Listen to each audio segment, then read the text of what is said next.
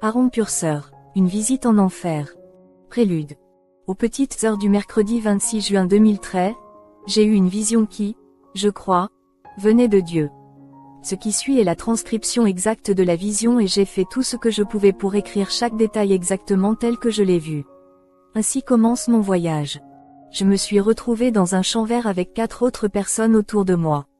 Il y avait une clairière dans le champ et les arbres étaient tout autour au loin. Alors que nous faisions le tour, le sol s'est ouvert devant nous dans un cercle noir. Je ne pouvais pas voir le fond du trou et j'en étais effrayé. J'ai reconnu l'une des 4 personnes comme étant Jésus, mais je n'ai pu distinguer aucun des autres visages.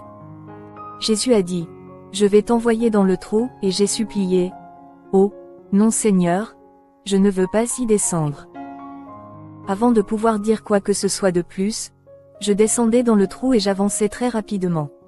Quand j'ai atterri, j'ai été choqué de voir que mes jambes avaient résisté à la chute et, de l'avis de tous, j'allais bien, sans os cassé. J'ai vite réalisé que j'étais tombé en enfer. J'ai atterri dans une fosse située à environ 30 pieds de profondeur. Les murs étaient noirs et il y avait une flaque de liquide enflammé de la taille d'une piscine de jardin. Autour de la piscine se trouvaient environ 5 pieds de terre plus noire. Je l'appelle sol car ce n'était pas de la terre, mais il était spongieux et semblait rempli d'insectes, de coléoptères, etc. Il n'y a pas de lumière en enfer. Il n'y avait que la lumière du feu et les reflets du feu dans la fumée. J'ai regardé autour de moi et j'ai vu des corps humains étendus sur le sol. Tous étaient dans divers états de décomposition, aucun ne bougeait, aucun ne parlait et aucun ne semblait respirer. Alors que je regardais ces corps, une créature de l'autre côté de la piscine m'a vu debout et se déplaçant et a très rapidement couru vers moi autour de la piscine. Au début, je ne pouvais voir que les contours dans l'obscurité, mais quand il est arrivé à moi, j'ai pu voir clairement que sa peau était rouge et qu'il avait d'énormes muscles. Sa mâchoire était grande et pleine de dents pointues. Il portait une fourche rouge brillant, qui mesurait environ 9 pieds de haut, et lui-même mesurait environ 10 à 12 pieds. À son approche, je me suis figé. Je ne pouvais ni courir ni bouger à temps, et il m'a transpercé la poitrine, sous les côtes, avec la fourche. La fourche était encore chaude à cause de la dernière âme qui l'avait noyée. J'ai senti la chaleur intense de la pointe centrale de la fourchette me transpercer le cœur et les 2 pointes extérieures avaient l'impression d'éclater mes poumons et je ne pouvais plus respirer. Je n'ai dû rien lui peser car il m'a soulevé facilement dans les airs et m'a projeté face vers le haut dans la mare de feu pour que mon dos frappe en premier. Il m'a poussé complètement en dessous et j'ai été immergé à environ 5 pieds ou plus sous le liquide et il m'a maintenu là. Et il m'a maintenu là. J'ai été très surpris que le liquide soit si visqueux. La consistance était semblable à celle de l'eau mais avait l'apparence d'une lave épaisse. Il faisait extrêmement chaud et je savais que j'avais de gros ennuis maintenant. Horrifié, j'ai vu mes bras s'agiter devant moi et prendre feu et des rouges, des oranges et des bleus sortaient de ma chair brûlante. J'ai vu mes pieds brûler et les muscles et les tendons de mes bras et de mes jambes étaient tendus et brûlés comme des spaghettis. J'ai vu mes lèvres flotter devant moi et mes oreilles et mon nez ont fait de même. J'étais à un point où mes yeux devenaient également noirs lorsque j'ai été jeté hors de la piscine par la créature et jeté sur le côté où se trouvaient les autres corps. Alors que j'étais allongé au bord du bassin de feu, j'entendais les rires rugissants des bêtes, puis je sus qu'elles étaient nombreux, peut-être des légions. Il n'y avait aucune voix humaine, personne ne parle là-bas, jamais, même un grognement ou un gémissement est considéré comme un réconfort humain pour le côté obscur de cet endroit putride. Si cela se produit, les créatures soit transpercent à nouveau les poumons avec la fourche et avancent, soit avancent et vous plongent à nouveau. Quand j'étais là-bas, au bord de la piscine de feu, je pouvais sentir les vils coléoptères carnivores, les serpents, les scorpions, les insectes et toute autre chose rampante trouvée sur terre se nourrissant de ma carcasse. J'ai baissé les yeux et j'ai pu voir un serpent corail se déplacer à travers ma cage thoracique et jusqu'à mon avant-bras et un autre rampant entre mes os. J'ai regardé les personnes à côté de moi et leurs visages étaient brûlés et méconnaissables. Même s'il était quelque part dans leur corps, ils étaient partis et je pouvais dire qu'ils étaient là depuis très longtemps. J'ai regardé profondément dans les yeux de leur âme et j'ai été terrifié par leur regard car il était creux et exprimait un désespoir total, une désolation et un abandon abyssal de la part de Dieu. Il n'y a vraiment aucun moyen de les décrire autrement que d'imaginer la pire âme vivante à laquelle vous puissiez penser sur terre, Même la pire des pires, la personne la plus toxicomane, la plus sans abri et la plus démunie que vous puissiez imaginer et ensuite multiplier cela par 100 et vous pourriez vous en rapprocher. Il ne reste plus aucun espoir une fois que vous êtes en enfer. J'ai également remarqué que nous n'étions pas tous là en train de nous décomposer, mais plutôt en train de nous régénérer, car notre corps avait besoin d'un peu de temps pour se régénérer afin que la prochaine fois nous ressentions la même quantité de douleur, voire plus. Pendant que je me régénérais, j'ai vu les autres humains qui se régénéraient avant moi être ramassés un par la créature à la fourche et projetés dans la piscine. Chaque fois que quelqu'un est projeté dans la piscine, les créatures rient. Ils rient plus fort chaque fois que quelqu'un est jeté dedans et ressentent davantage de douleur. Plus leur travail est bon, plus ils rient fort. Les créatures ne se fatiguent jamais, elles ne font jamais de peau, elles ne dorment jamais, elles ne mangent jamais, elles continuent simplement cette routine pour plaire à leur maître Satan et espèrent que leur rire sera entendu par Satan et qu'il lui plaira. Lorsqu'ils ont fini de pousser les âmes, ils les retirent et les déposent sur le sol. Ensuite, les membres et les têtes tombent du corps de l'âme, et l'eau de feu s'écoule de leur gorge et des cavités thoraciques là où se trouvait leur cœur. L'eau de feu s'écoule des corps sur toutes les rives et se déverse parfois sur les autres âmes qui s'y trouvent en train de se régénérer. Maintenant, c'était à nouveau mon tour, et au lieu de me lever comme à mon arrivée, je m'allongeais du côté où j'avais été projeté. Personne ne se relève après ça. Ils restèrent tous là, souffrant et mangeaient jusqu'à ce qu'ils se régénèrent. Puis la créature est revenue vers moi. Il n'a pas dit un mot et a simplement enfoncé à nouveau la fourche dans ma poitrine et m'a soulevé. J'entendais mes poumons grésiller et je ne pouvais pas respirer. Cette fois, il m'a fait pivoter pour que j'entre la tête la première. Il m'a jeté dans la piscine, et la même chose s'est produite lorsque j'ai vu mes bras, mes mains, mes jambes et mes pieds brûler en rouge, orange et bleu. Je me suis débattue pour essayer d'arrêter le feu ou de me sauver d'une manière ou d'une autre, en vain. Peu importe mes efforts, je continuais à brûler. Il n'y avait aucune issue ni aucun moyen de remonter à la surface jusqu'à ce que la créature vous tire hors de l'eau ardente. J'ai finalement arrêté de me débattre.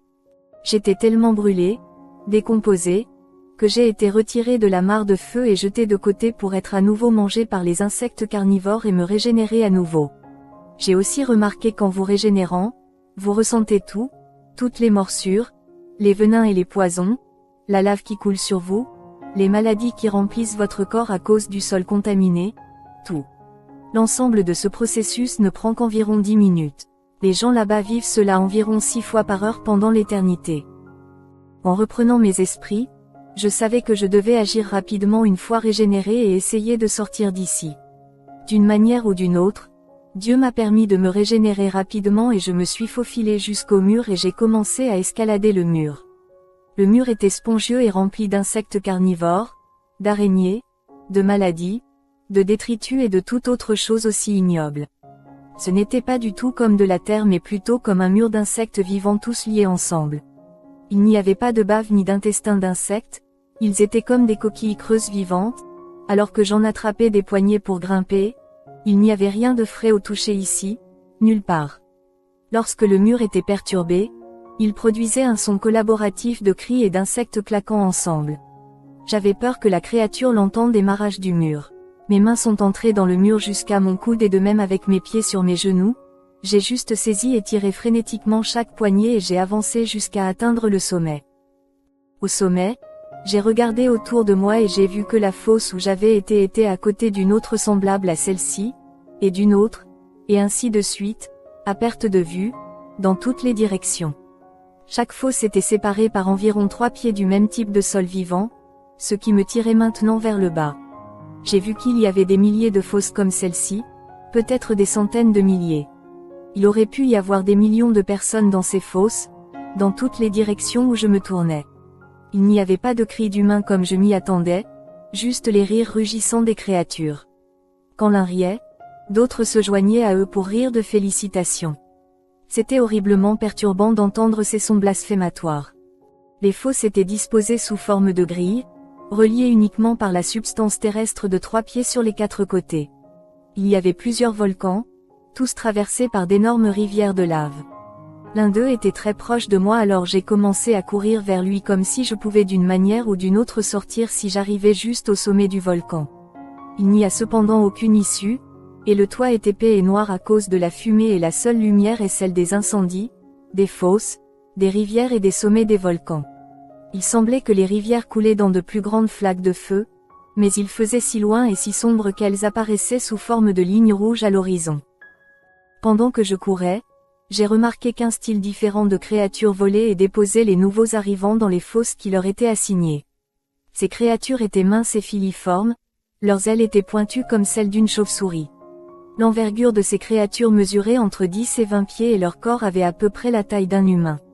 Je ne pouvais pas voir leur visage, mais comme toutes les autres choses que j'ai vues, je sais qu'ils sont tout aussi hideux.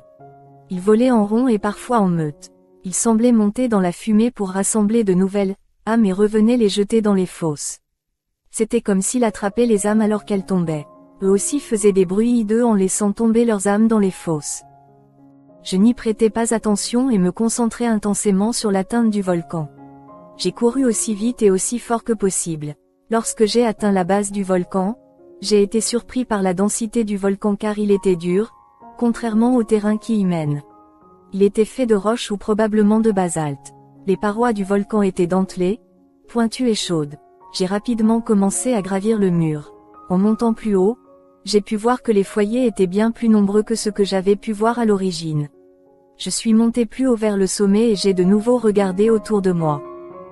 Maintenant, je pouvais voir dans les rivières de feu et je pouvais voir qu'il y avait aussi beaucoup de gens dans les rivières. Effrayé, j'ai commencé à monter plus rapidement. D'une manière ou d'une autre, j'ai été détecté et du coin de mon œil gauche, j'ai pu voir une grosse boule de feu et un panache de fumée s'élevant sous moi et faisant le tour du volcan dans le sens inverse des aiguilles d'une montre. Au dernier virage, il se trouvait directement devant moi et il y avait un grand visage en colère dans le panache. Le visage aurait pu avoir la taille d'un demi-terrain de football. À travers le feu et la fumée, je pouvais clairement voir que c'était une grande créature volante et elle m'a crié « Tu ne sais pas qui je suis ». Je n'ai pas répondu, non pas par peur, mais plutôt par dédain. Même si la voix était forte, elle ne m'a pas effrayé ni alarmé. Mais je ne savais pas qui était cette créature. J'ai détourné le regard et j'ai essayé de grimper encore et j'ai été instantanément projeté avec une grande force contre le mur. Je suis tombé en arrière, de bas en bas, jusqu'à ce que je heurte la rivière de feu et que je brûle instantanément vif. La rivière était d'une viscosité plus épaisse que les fosses d'avant, et je me débattais pour sortir, mais la rivière vous attire, et encore une fois, elle est beaucoup plus épaisse, donc elle est beaucoup plus difficile à déplacer. J'étais en feu et je suis allé sous la rivière, ma peau, mes yeux, mes tripes et toutes les autres parties brûlées et coulaient devant moi. J'ai refait surface et je me suis instantanément régénéré, puis la douleur a recommencé. Dans la rivière, vous vous régénérez beaucoup plus rapidement car une fois que vous faites surface, vous êtes toujours dans la rivière, vous souffrez donc autant que possible. La rivière contient bien plus d'âmes que dans les gouffres où j'étais. En regardant autour de moi, je pouvais voir d'autres âmes essayer de faire la brasse. Lorsqu'ils faisaient un seul coup, ils se débattaient et mouraient. Puis, quand ils reprenaient de l'air, ils n'étaient plus qu'un crâne, un visage et une gorge. La lave s'écoulait de leurs yeux, de leur gorge et de leur poitrine comme si on versait une cruche.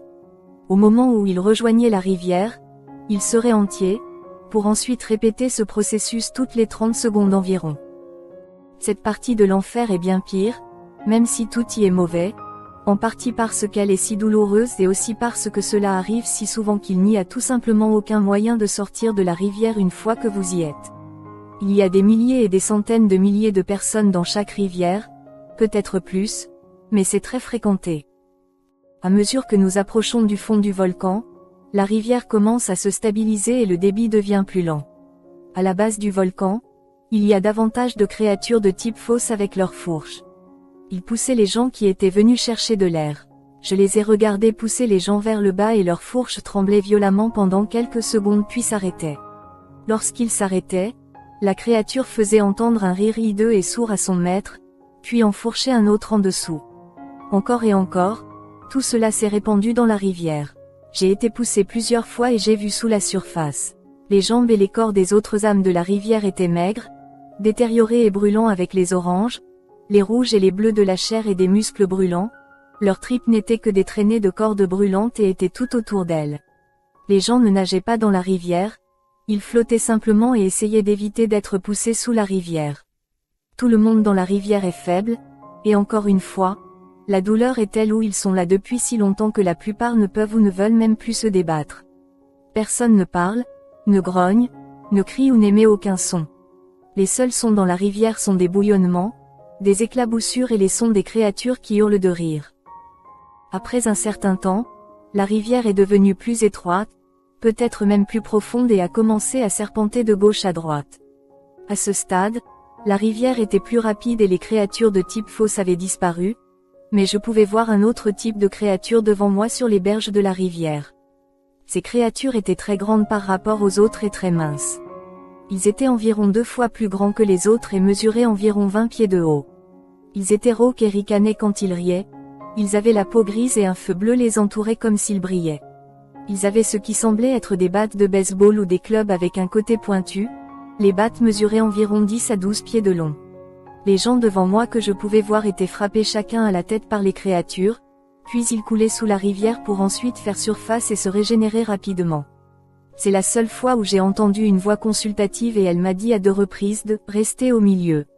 Je me suis rapidement déplacé vers le milieu de la rivière et j'ai pu voir la nouvelle ligne de créatures frapper les âmes autour de moi à la tête. Leurs têtes s'ouvriraient comme des melons, certains seraient frappés par le côté incurvé et d'autres par le côté pointu qui traversait les 2 côtés de leur tête. Je pouvais dire qu'ils pouvaient ressentir toute la douleur de chaque impact, et je savais encore une fois qu'ils ressentaient la douleur jusqu'à la régénération. Ces bêtes gardaient le même rire gloussant que celles qui les précédaient. Comme les créatures avant eux, ils n'avaient besoin ni de repos, ni de nourriture, ni de sommeil, et ne prenaient jamais de pause. Ils n'avaient qu'un seul but, faire ressentir de la douleur à ces âmes déchues, pour toujours. J'étais reconnaissant d'avoir traversé cette zone sans être touché. Les yeux de ces âmes dans cette partie de la rivière étaient les mêmes que dans les autres parties, complètement désolées, sombres et abandonnées de tout ce qui était bon. Les âmes dans la rivière avaient les yeux les plus creux, les plus désemparés et les plus désespérés, car cela semblait dire qu'elles savaient qu'elles étaient là pour toujours. Nous avions finalement quitté la section des grandes créatures et la rivière est devenue plus large et il y avait beaucoup plus d'âmes dans cette partie. Beaucoup essayaient de refaire la brasse et revenaient et jetaient la lave avec leur tête en remontant pour se régénérer.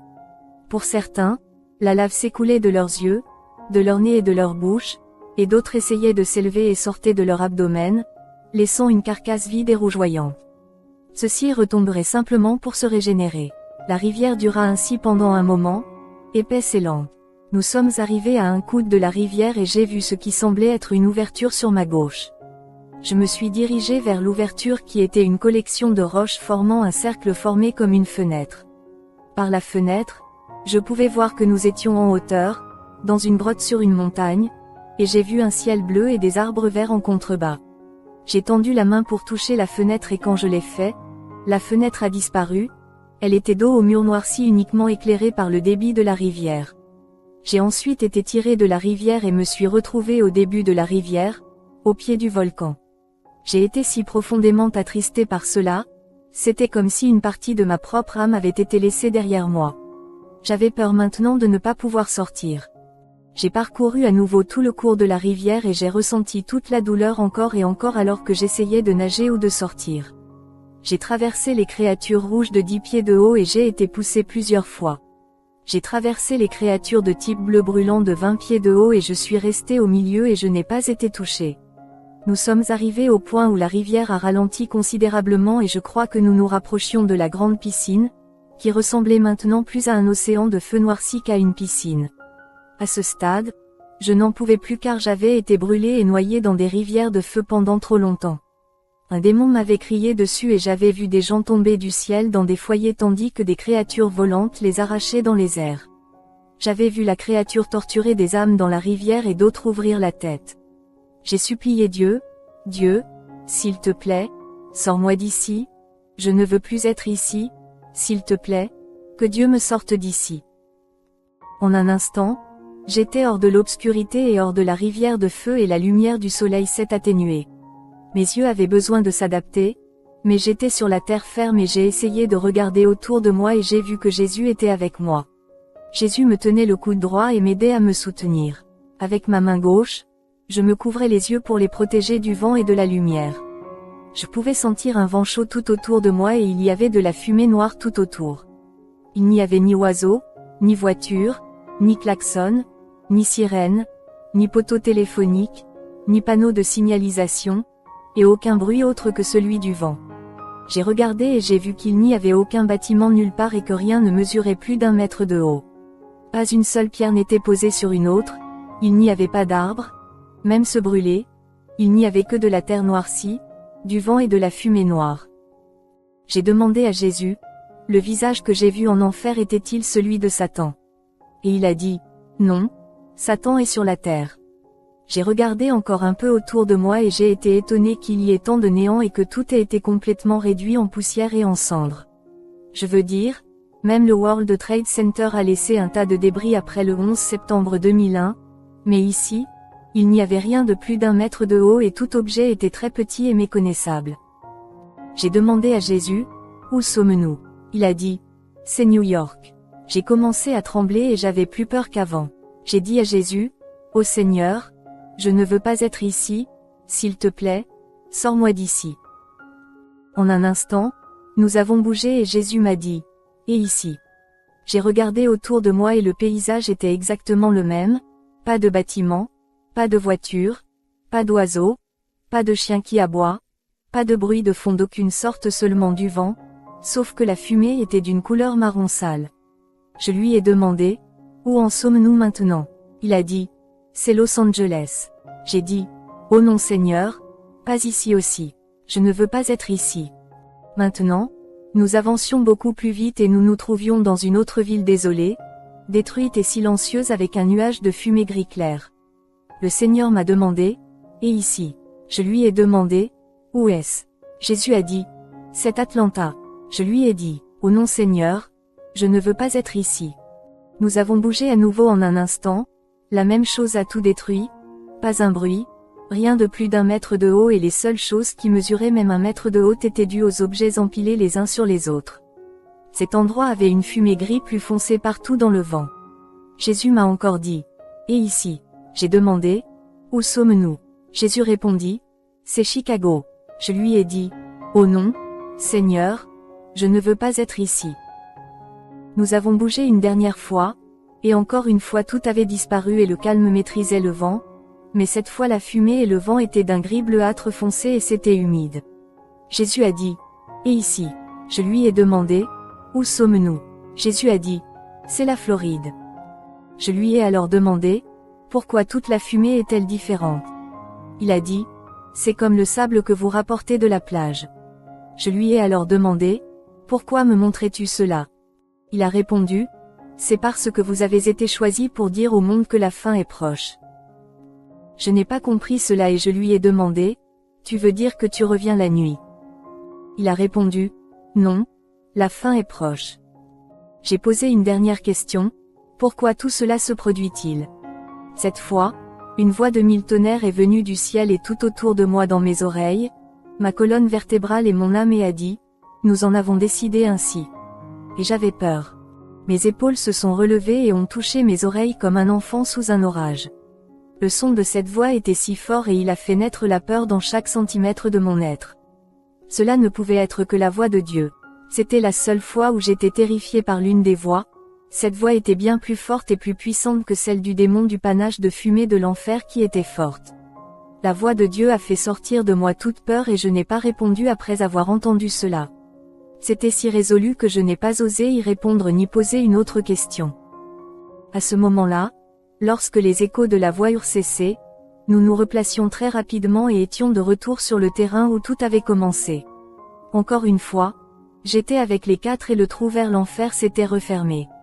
J'ai levé les yeux et les 4 se sont retournés et ont commencé à marcher vers la limite des arbres, et j'étais de nouveau tout seul dans le champ. Je me suis ensuite réveillé de la vision et j'ai vu qu'il était environ 3h27 du matin. Conclusion. J'ai été époustouflé par ce que je venais de voir et je savais que je devais suivre les instructions qui m'avaient été données et écrire tout cela. Je sais que beaucoup de ceux qui liront ceci n'en croiront même pas une partie, mais je sais aussi que Dieu agit à travers les gens bien plus que beaucoup ne le pensent, et même si vous ne le croyez pas, J'espère que Dieu vous ouvrira les yeux ou ouvrira quelqu'un que vous connaissez grâce à cela. Ce n'est pas tant pour les sauver, mais plutôt pour ceux qui ne savent pas si Dieu, Jésus, le ciel et l'enfer sont réels. Je crois qu'ils le sont, et même si beaucoup seront aveugles au Seigneur, certains le croiront ou le transmettront. Je sais que le christianisme est divisé en tellement de groupes que, pour un nouveau croyant ou même un croyant potentiel, cela peut sembler insurmontable. Mon conseil est de croire que Jésus-Christ est le Fils de Dieu qui est venu sur terre, a été crucifié et est ressuscité du tombeau. Commencez ici, avec juste un peu de foi, et les autres choses viendront. Vous ne changerez pas du jour au lendemain et vous pécherez probablement encore, mais votre âme sera sauvée ainsi, lorsque votre heure viendra, vous ne serez pas entraîné en enfer. Je ne comprenais pas pourquoi Dieu choisissait de me montrer ces choses jusqu'à ce que j'en parle avec mon père. Il a ajouté que personne non plus ne penserait que David pourrait battre Goliath. Dieu sait quelle est la véritable intention de votre cœur et il veut faire partie de la vie de chaque personne. S'il vous plaît, comprenez également qu'il ne veut pas que quiconque aille en enfer, mais il nous a donné le choix de décider par nous-mêmes. Après avoir été là-bas, j'ai pu voir à quel point c'est horrible et séparé de Dieu. La douleur et le chagrin sont bien trop grands pour qu'on puisse les écrire et moi aussi je ne veux pas que quiconque y aille. Si quelqu'un savait vraiment à quel point l'enfer est mauvais, il ne voudrait rien avoir à faire avec cet endroit. Pour moi, c'est un simple rappel que peu importe à quel point la situation sur Terre devient grave, elle pourrait être bien pire. Je crois en outre que Dieu m'a caché une grande partie de la douleur et des odeurs de cet endroit rance, et si j'avais tout vécu, je serais mort là où j'étais allongé. Beaucoup d'entre vous poseront uniquement des questions sur la deuxième partie de la vision montrant les événements futurs. Je ne peux pas vraiment en dire plus que ce que j'ai vu. Je ne sais pas ce qui est arrivé aux 4 villes et à l'État tout entier. Je ne peux que supposer que c'était quelque chose avec beaucoup de puissance et de chaleur. On ne m'a donné aucun délai pour que les événements se produisent. J'aimerais penser que cela n'arrivera pas de mon vivant ou de celui de mon enfant, mais cela semblait très proche dans la vision. Cela semblait si proche que je me suis immédiatement connecté pour voir si de mauvaises nouvelles étaient tombées du jour au lendemain. En ce qui concerne la partie fumée et la référence à la plage par Jésus, j'ai visité plusieurs plages de la côte atlantique à plusieurs reprises jusqu'à présent dans ma vie. J'emporte toujours un petit échantillon de sable avec moi, je le rapporte à la maison et je le compare aux autres échantillons de sable provenant d'autres plages que j'ai collectées au fil des ans. Je crois que les différences dans la fumée représentaient les différences dans le sol sous les villes. Je ne sais pas ce qui est arrivé aux villes, sinon qu'elles ont disparu, complètement décimées au-delà de tout ce que le monde a jamais vu jusqu'à présent. En conclusion, j'espère que Dieu et Jésus sont réels. Quand mon heure viendra, je ne veux pas que quiconque soit triste. J'ai vu l'enfer sur terre, et il ne me manque plus que la vue du ciel et je souhaite seulement le voir lorsque mon séjour ici sera terminé. Je sais que beaucoup de ceux qui liront ceci penseront que ce n'est pas réel, mais certains en tiendront compte et commenceront à préparer leur âme. Ils peuvent soit consacrer à nouveau leur vie au Seigneur à cause de cela, et alors tout cela en vaudra la peine, car vous ne pourrez plus craindre la mort. Je connais beaucoup de personnes dont les corps se trouvent au cimetière et j'ai hâte de les voir au paradis. J'espère vous voir tous aussi de l'autre côté, au ciel, je sais sans aucun doute que j'y serai. Bonne chance à tous dans votre cheminement dans la vie, il y a de nombreux pièges tendus pour vous piéger, alors soyez vigilants et reposez vos espoirs et vos craintes dans le Seigneur. Votre fardeau sera d'autant plus léger et vous serez plus satisfait des décisions que vous avez prises jusqu'à présent. Merci d'avoir pris le temps de lire mon histoire. Je suis ouvert à tous les commentaires, ainsi qu'à vos propres histoires ou témoignages. Aaron Purser. Je suis joignable à alphastormons@gmx.com ou retrouvez-moi sur Facebook à chapitre DFW de l'Église souterraine. Pour toute question ou commentaire. Versets connexes. Promesse de la Nouvelle Alliance. 2 Timothée 1/7. Car Dieu ne nous a pas donné un esprit de crainte, mais un esprit de puissance, d'amour et de bon sens. Luc 21h18-19. 18 Mais pas un cheveu de ta tête ne périra. 19 En restant ferme, vous gagnerez la vie. Jacques 4/7. Soumettez-vous donc à Dieu. Résistez au diable et il fuira loin de vous. Jean 7h38. 38 Celui qui croit en moi, comme le dit l'Écriture, des fleuves d'eau vive couleront de son cœur. Jean 15h16. 16 Vous ne m'avez pas choisi, mais je vous ai choisi et établi pour que vous alliez porter du fruit et que votre fruit demeure, afin que tout ce que vous demandez au Père en mon nom, il vous le donne. Matthieu 5/6. Si bienheureux ceux qui ont faim et soif de justice, car ils seront rassasiés. Apocalypse 21/7-8. C'est celui qui vaincra héritera de toutes choses, et je serai son Dieu et il sera mon fils. 8 Mais pour les lâches, les incrédules, les abominables, les meurtriers, les impudiques, les sorciers, les idolâtres et tous les menteurs, leur part sera dans l'étang ardent de feu et de soufre, ce qui est la seconde mort. Apocalypse 22h12-13. 12 Et voici, je viens bientôt, et ma récompense est avec moi, pour rendre à chacun selon son œuvre. 13 Je suis l'alpha et l'oméga, le début et la fin, le premier et le dernier. Matthieu 11h28. 28 Venez à moi, vous tous qui êtes fatigués et chargés, et je vous donnerai du repos. Hébreux 11/6. 6 Mais sans la foi, il est impossible de lui plaire, car celui qui vient à Dieu doit croire qu'il existe et qu'il récompense ceux qui le recherchent diligemment. Éphésiens 3h20-21.